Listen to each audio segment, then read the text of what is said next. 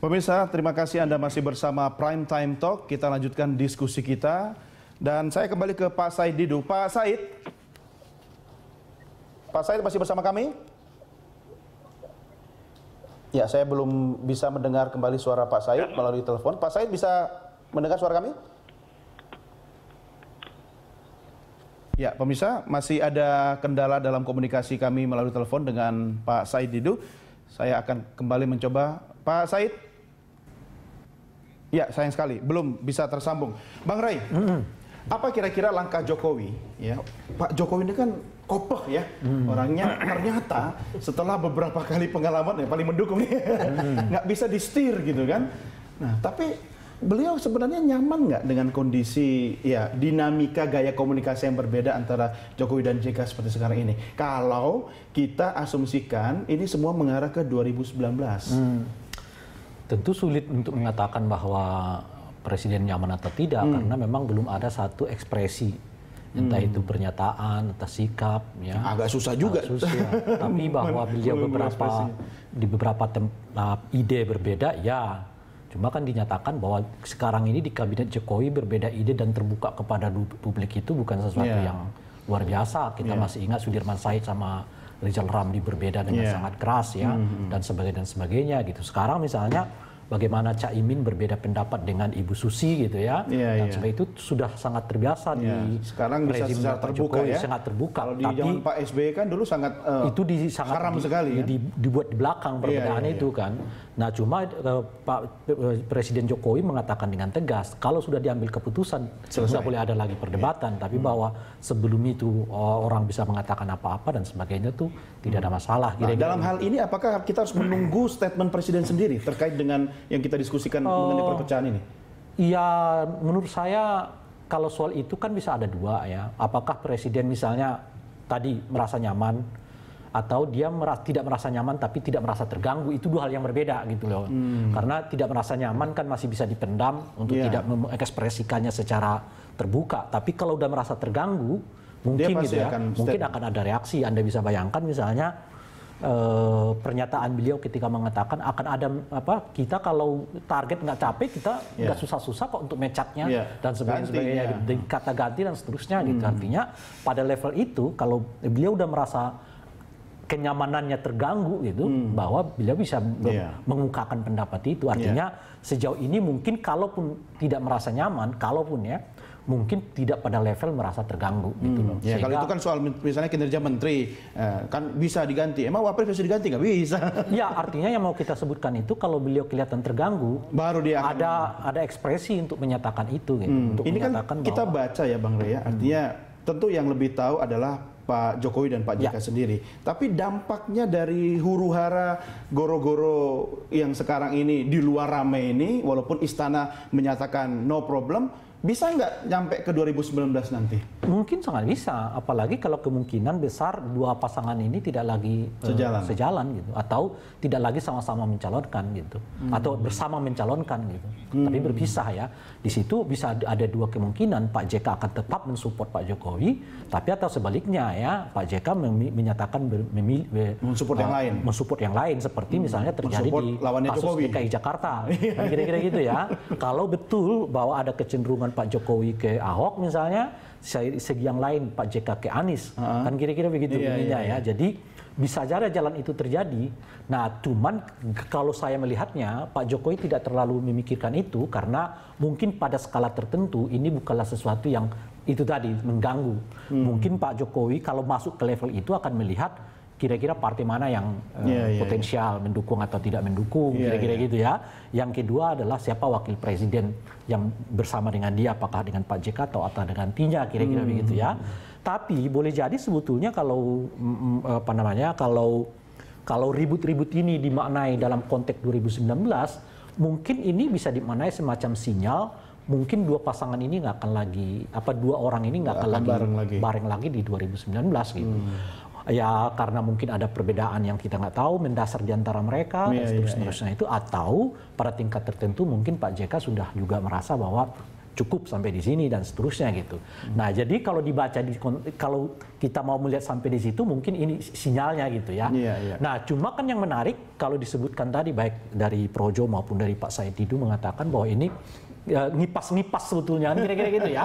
Ngomporin. Memang pertanyaannya buat apa dikomporin supaya kelihatan ya. Itu. Yang kedua yang menariknya ini sebetulnya kan diskusi soal adanya keretakan antara Pak Jokowi dengan Pak JK itu dimulai dari pernyataannya Pak Zulkifli Hasan yang mengatakan bahwa ada intervensi istilah beliau Pak JK dalam pelaksanaan pilkada yang kemarin. Nah, itulah yang kemudian ditafsirkan oleh orang bahwa seolah-olah Pak JK mau jalan sendiri. Jadi artinya apa gitu? Artinya sebetulnya yang melakukan diskusi ini dan kemudian implikasinya diskusi kita ke berita satu ini kira-kira justru dimulai di lingkaran mereka. Pak Zulkifli Hasan adalah orang yang tergabung dalam koalisi Pak Jokowi. Atau sebenarnya Bang Rey, kita tidak pernah tahu, bisa saja ini merupakan bagian dari strategi Pak Jokowi sendiri untuk menempatkan Pak JK di posisi itu, sehingga sekalian juga test the water lah ibaratnya kan. Kan kita tidak pernah tahu, karena politik kan sangat dinamis kan, sampai nanti kalau sudah benar terbukti, nah itulah gitu kan. Iya, memang kita nggak tahu.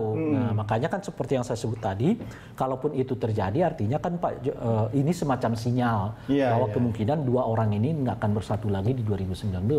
Itu yang saya mau katakan, artinya kan mulai sedikit-sedikit disisir ya. Oke, ini bagian-bagiannya gitu.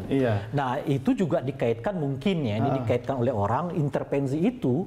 Dan seolah-olah ada upaya aktif, seolah-olah ada upaya aktif dari Pak JK untuk mendorong Anies memang bisa melaju di Pilkada DKI Jakarta. Atau mungkin ini juga yang ngomporin Pak Zul karena khawatir posisi kursi Menteri PAN di kabinet akan goyang-goyang. Tapi Anda komentar lagi. Pak Said mau boarding ini, saya harus mengakhiri dengan beliau. Pak Said Didu, sebelum Anda boarding Pak, apa yang bisa Anda sampaikan? Ini kan sebenarnya masalah keretakan atau keutuhan dan kesolidan semua kembali tergantung kepada Presiden dan Wakil Presiden Republik Indonesia. Kalau di luar lebih ramai, apalagi di media sosial, lebih ramai suaranya, semua tergantung kepada dua orang itu. Bagaimana nih Pak?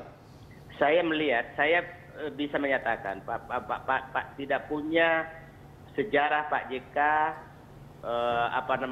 balelo kepada atasan. Tidak pernah sejarah. Bahwa perbedaan beda antara pada saat Pak Jokowi dengan Pak SBY itu saya yakin adalah kesepakatan mereka berdua. Kesepakatan mereka berdua. Dan saya tahu persis juga, ini kan saya ulangi, ekstrapolasi daripada Pilkada DKI yang naik ke atas dan ada pihak yang memecah belah kedua orang ini. Ya kan? Nah, saya paham betul juga bahwa orang ini, saya yakin mereka itu berdiskusi keras loh dalam segala hal. Tapi pada saat sudah diambil keputusan, kan dari Pak Presiden, Pak JK kan diam. Betul. Nggak ada sama sekali apa-apa. Nah, seperti pilkada kemarin kan Pak JK kan nggak diam juga, biasa saja gitu loh. Cuma ada yang menggoreng. Menurut saya ada pihak yang sakit secara politik karena Pak JK tidak mendukung yang dia dukung, ya kan? Sehingga digorenglah, dicarilah seakan-akan Pak JK itu orang tidak baik. Kan kira-kira siapa itu Pak? Kasih tahu lah Pak. Pak, itu kan yang menyatakan itu kan kita punya semua fotonya, kapan bicara, kapan dia ini, di mana nempel. Jadi saya katakan orang-orang sekitar kekuasaan ini yang memecah belah kedua Dwi Tunggal ini. Baik. Saya hanya menyatakan menitip terakhir, tolong jangan pernah anggap bahwa negara ini bisa stabil apabila presiden dan wakil presiden itu di tengah demokrasi seperti ini itu tidak satu, percaya saya. Dan saya yakin betul Pak JK tidak akan mengorbankan bangsanya hanya karena keinginan pribadi dia. Saya jamin betul itu. Saya yakin tidak akan melakukan itu. Baik.